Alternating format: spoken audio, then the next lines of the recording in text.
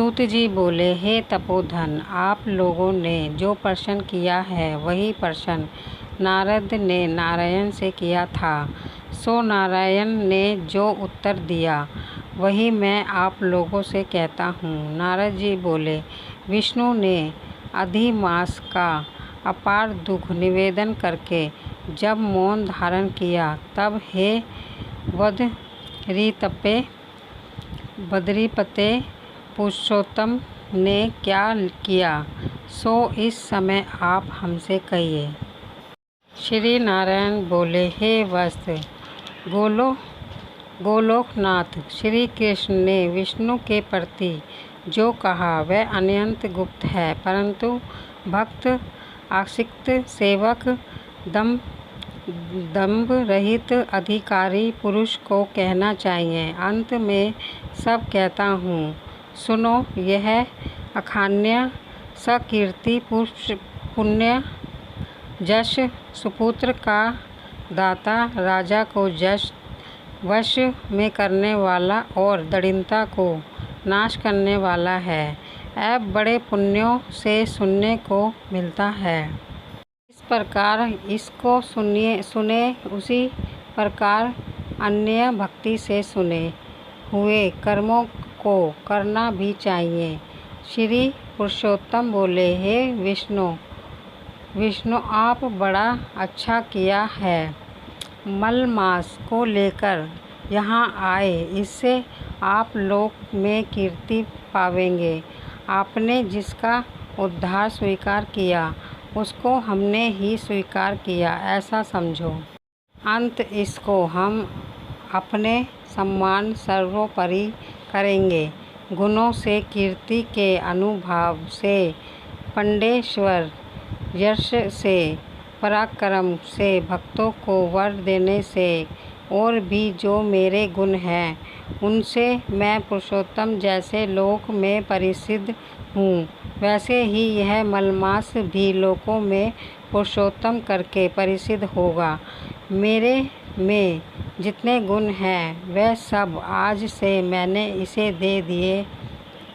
पुरुषोत्तम जो मेरा नाम लोक तथा वेद में प्रसिद्ध है, वह भी आपकी प्रसन्नता का अर्थ आज मैंने इसे दे दिया है। मधुर सुगंध, आज से मैं इस अधिमास का स्वामी भी हुआ। इसके पुरुषोत्तम इस नाम से सब जगत पवित्र होगा। मेरी समानता पाकर यह अधिमास सब मासों का राजा होगा। यह अधिमास जगत पुरुष एवं जगत के वंदना करवाने के योग्य होगा। इसकी पूजा और व्रत जो करेंगे उनके दुख और दरिद्रता का नाश होगा। चैत्रादि सब मास सकाम है, इसको हमने निष्काम किया है। इसको हमने अपने समान समस्त प्राणियों को मोक्ष देने वाला बनाया है। जो प्राणी सकाम अथवा निष्काम होकर अधिमास का पूजन करेगा वह अपने सब कर्मों को भस्म कर निश्चय मुझको प्राप्त होगा। जिस परम पद प्राप्ति के लिए बड़े भाग्य वालों यति ब्रह्मचारी लोग तप करते हैं और महात्मा लोग निराहार व्रत करते हैं एवं दृढ़ व्रत लोग फल बता वायु भक्षण करते हैं रहते हैं और काम क्रोध रहित जितेंद्रिय रहते हैं, वह और वर्षा काल में मैदान में रहने वाले, जाड़े में शीत, गर्मी में धूप सहन करने वाले मेरे पद के लिए यत्न करते रहते हैं। हे गरुड़ ध्वज, तब भी वह मेरे अध्यय परम पद को नहीं प्राप्त होते हैं, परंतु पुरुषोत्तम के भक्त एक मास के ही व्रत से बिना परिश्रम जरा मृत्यु रहित उस परम पद को पा लेंगे। यह अधिमास व्रत संपूर्ण साधनों में श्रेष्ठ साधन है और समस्त कामनाओं के फल की सिद्धि को देने वाला है। अंत इस पुरुषोत्तम मास का व्रत सबको करना चाहिए। हल से खेत में बोए हुए बीज जैसे करोड़ों गुना बढ़ते हैं, वैसे मेरे पुरुषोत्तम मास में किया हुआ पुण्य करोड़ों गुना अधिक होता है। कोई चतुर्मास स्यादि यज्ञ करने से स्वर्ग में जाते हैं, वह भी भोगों को भोगकर पृथ्वी पर आते हैं। परंतु जो पुरुष आदर से विधि पूर्वक अधिमास का व्रत करता है, वह अपने समस्त कुल का उद्धार कर मेरे में मिल जाता है। इसमें शयन नहीं है। मुझे प्राप्त होकर प्राणी पुण्य जन्म मृत्यु भय से युक्त एवं आदि व्याधि और जरा से ग्रस्त संसार में फिर नहीं आता, जहाँ जाकर फिर पतन नहीं होता, सो मेरा परम धाम है। ऐसा जो वेदों का वचन है वह सत्य है, असत्य कैसे हो सकता है। यह अधिमास और इसका स्वामी मैं ही हूँ और मैंने ही इसे बनाया है। और पुरुषोत्तम मास यह जो मेरा नाम है, सो भी मैंने इसे दिया है। अंत इसके भक्तों की मुझे दिन रात चिंता बनी रहती है। इसके भक्तों की मन कामनाओं और मुझे ही पूर्ण करना पड़ता है। कभी कभी मेरे भक्तों का अपराध भी गणना में आ जाता है, परंतु पुरुषोत्तम मास के भक्तों का अपराध मैं कभी नहीं गिनता।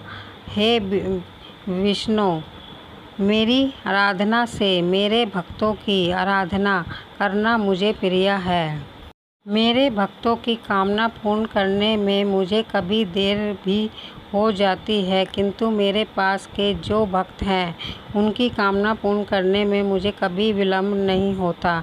मेरे मास के जो भक्त हैं वह मेरे अल्प प्रिय हैं। जो मुझे इस अधिक मास में जप दान नहीं करते, महामूर्ख हैं और मुझे और पुण्य रहित प्राणी स्नान भी नहीं करते एवं देवता तीर्थ दिगों से देश करते हैं। वे दुष्ट अभागी और दूसरों के भाग्य से जीवन चलने वाले होते हैं।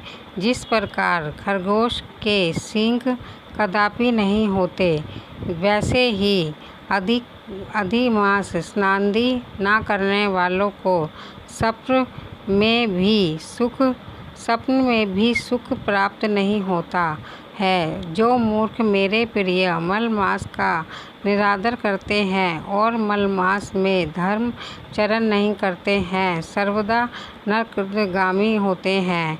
प्रति तीसरे वर्ष पुरुषोत्तम मास प्राप्त होने पर जो प्राणी धर्म नहीं करते, वे कुंभी पाक नरक में गिरते हैं और इस लोक में दुख रूप अग्नि में बैठे स्त्री पुत्र पोष आदिकों से उत्पन्न बड़े भारी दुखों को भोगते हैं। जिन प्राणियों को यह मेरा पुण्यतम पुरुषोत्तम मास अज्ञान से व्यतीत हो जाए, वह प्राणी कैसे सुखों को भोग सकते हैं। जो भाग्यशालिनी स्त्रियां सौभाग्य और पुत्र सुख चाहने की इच्छा से अधिक मास में स्नान दान पूजन करती हैं, उसे सौभाग्य संपूर्ण संपत्ति और पुत्रादि यह अधिमास देता है। जिनका यह मेरे नाम वाला पुरुषोत्तम मास धनादि से रहित बीत जाता है, उनके अनुकूल में नहीं रहता और ना उन्हें पति सुख प्राप्त होता है, भाई पुत्र धनों का सुख तो उसे स्वप्न में भी दुर्लभ है। अंत विशेष करके सब पापियों को अधिमास में स्नान पूजा जप आदि और विशेष करके शक्ति के अनुसार दान अवश्य करना चाहिए। जो मनुष्य इस पुरुषोत्तम मास में भक्ति पूर्वक मेरा पूजन करते हैं वे धन, पुत्र और अनेक सुखों को भोगकर पुण्य गोलोक के वासी होते हैं। मेरी आज्ञा से सब जन मेरे अधिक मास का पूजन करेंगे। मैंने सब मासों से उत्तम मास इसे बनाया है, इसीलिए अधि मास की चिंता त्याग कर हे रमापते आप इस अतुलनीय पुरुषोत्तम मास को साथ लेकर अपने वैकुंठ में जाओ। श्री नारायण बोले, इस प्रकार भगवान श्री कृष्ण के सौरिक वचन श्रवण कर विष्णु अत्यंत प्रसन्न पूर्वक इस मलमास को अपने साथ लेकर नूतन जलधर के समान श्याम भगवान श्री कृष्ण को प्रणाम कर गरुड़ पर सवार हो शीघ्र वैकुंठ के प्रति चल दिए।